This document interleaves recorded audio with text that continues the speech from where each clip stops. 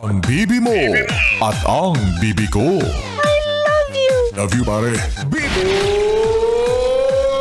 Bibo!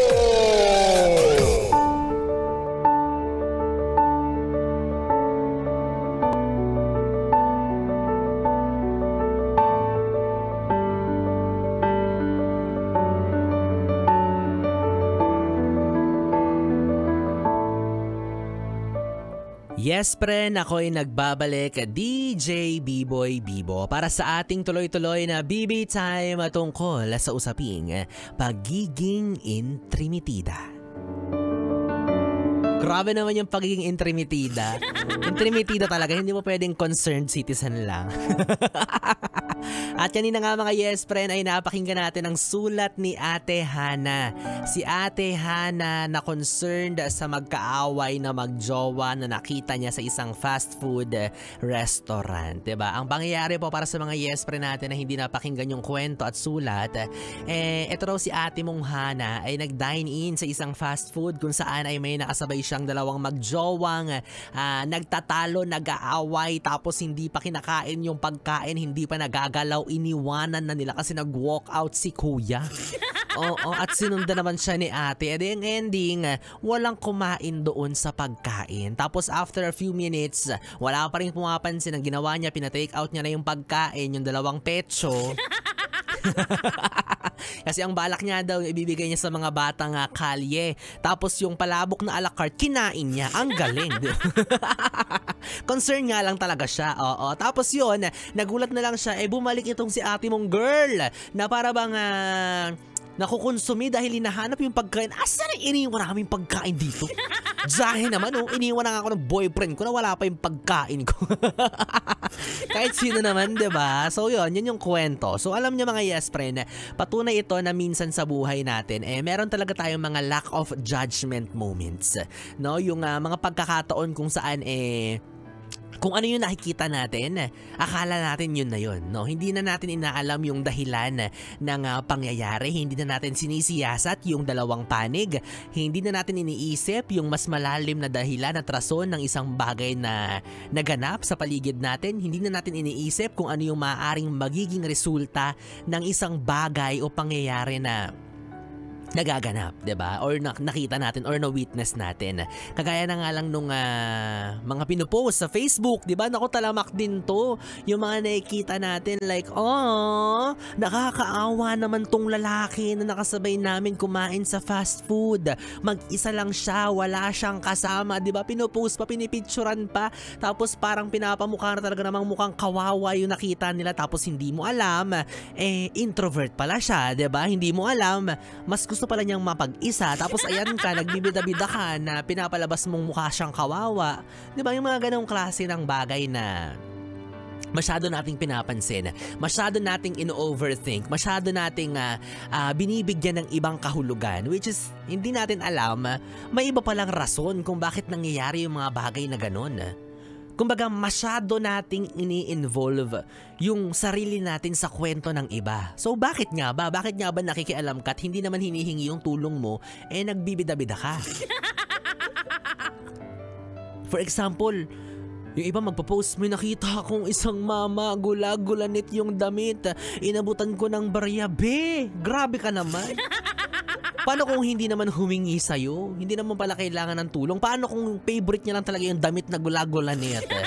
Paano kung dun talaga siya komportable? Diba? Paano kung milyonaryo pala siya tapos inabutan mo ng barya? Diba? Gaya nung kwento natin kanina, going back to that story, going back to that letter. Akala niya nag-away yung magjowa tapos hindi na babalikan yung pagkain, tapos yun pala babalikan pa. So paano ngayon yan? Mas malala, what if bumalik sila tapos hinanap nila yung pagkain nila, di ba? Oh, lagot ka. What if nagbati pala sila agad? Oh, edi abunado ka pa ngayon.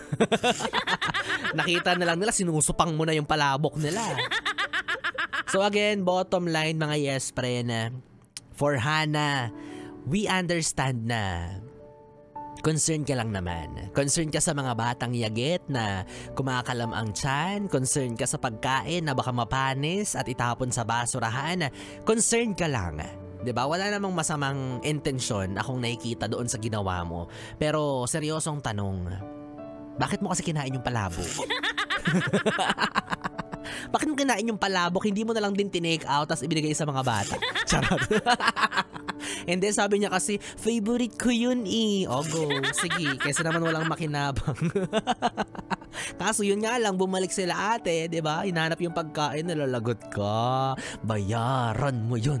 Bayaran mo yun. Anyways, kung ikaw, yes, friend, alam mo sa sarili mo na concerned citizen ka at para naman sa ikabubuti ng iba, why not nga naman, 'di ba? Bakit nga naman hindi ka tutulong sa pagkakataon na kinakailangan ng tulong ng kapwa mo tao? Pero, this is a reminder na kahit papano, mag-ingat ka. 'Di ba? Wala namang masama kung tutulong ka and at the same time, nag-iingat ka. 'Di ba? May difference kasi doon sa pagitan ng gusto mong tumulong pero ikaw yung mapapahamak versus gusto mong tumulong pero hindi mo ilalagay sa alanganin yung sarili mo. Kasi tandaan mo to, no? Hindi lahat ng tinutulungan mo ay biktima o talagang kawawa. Minsan, sila pa yung magiging dahilan para ikaw ay mapasama. Rar! B-Boy Bibo 2025, tandaan mo yung sinabi ko. Again, hindi lahat ng tinutulungan mo ay biktima o kawawa. Minsan, sila pa yung magiging dahilan para ikaw ay mapasama. Again, wala pong masama maging mabuting tao sa kapwa, pero bago tayo tumulong, i-assess muna natin, i-evaluate muna natin yung sitwasyon para rin yun sa kaligtasan mo, and better safe than sorry. Diba? Ang pangit naman yung maikikwento ka na lang na tumulong lang siya tapos napasama siya, ngayon nagpapakape, nagpapabiskwit na tuloy siya. Ngayon lumiwanag tuloy yung bahay nila, diba? So, huwag mo rin ilalagay yung sarili mo sa alanganin. Kapag may nakikita kang nalulunod at hindi alam mo sarili mong hindi ka marunong lumangoy, bakit ka tatalon doon para sigipin yun? Bida-bida ka masyado, diba? E di parehas kayong namatay. So kapag alam mo na alanganin ka at alanganin din yung tutulungan mo, maghanap ka ng ibang way. Yan, pwede yan, posible yan. Maghanap ka ng ibang paraan. Kunyari, may nakita kang nalulunod, hindi ka naman marunong lumangoy, tas tatalon ka, sira ulo ka ba? Huwag ganon. Ang gawin mo, humanap ka ng salbabida. Yan, pwede yan. O hindi naman kaya, maghanap ka ng ibang taong sa tingin mo marunong lumangoy para tulungan siya, 'di ba? Huwag mong ilagay yung sarili mo sa alanganin. So tandaan na huwag agad makialam, huwag agad intrimitida. Kasi ang pagka-intrimitida mo ang magpapahamak sa iyo. Wala na mga yes friend, 3 oras na BB time na naman ang ating pinagsamahan. Nakasama niyo po ang BB niya sa radyo, DJ B-Boy Bibo, ang DJ na single, ready to mingle, basta walang label. Magkasama at magkarinigan po tayong bukas. Ano ba ngayon? Friday! Grabe ang yayabang ng mga walang pasok bukas. Sana oil. Makakasama at makakarinigan niyo po ulit si B-Boy Bibo bukas mula 2 p.m. to 6 p.m. para sa ating programang Stick to One. Mga kantang OPM atid sa inyo ng 101.1 ang 101.1 Yes FM Solid. Good night, BB. Mwah, mwah.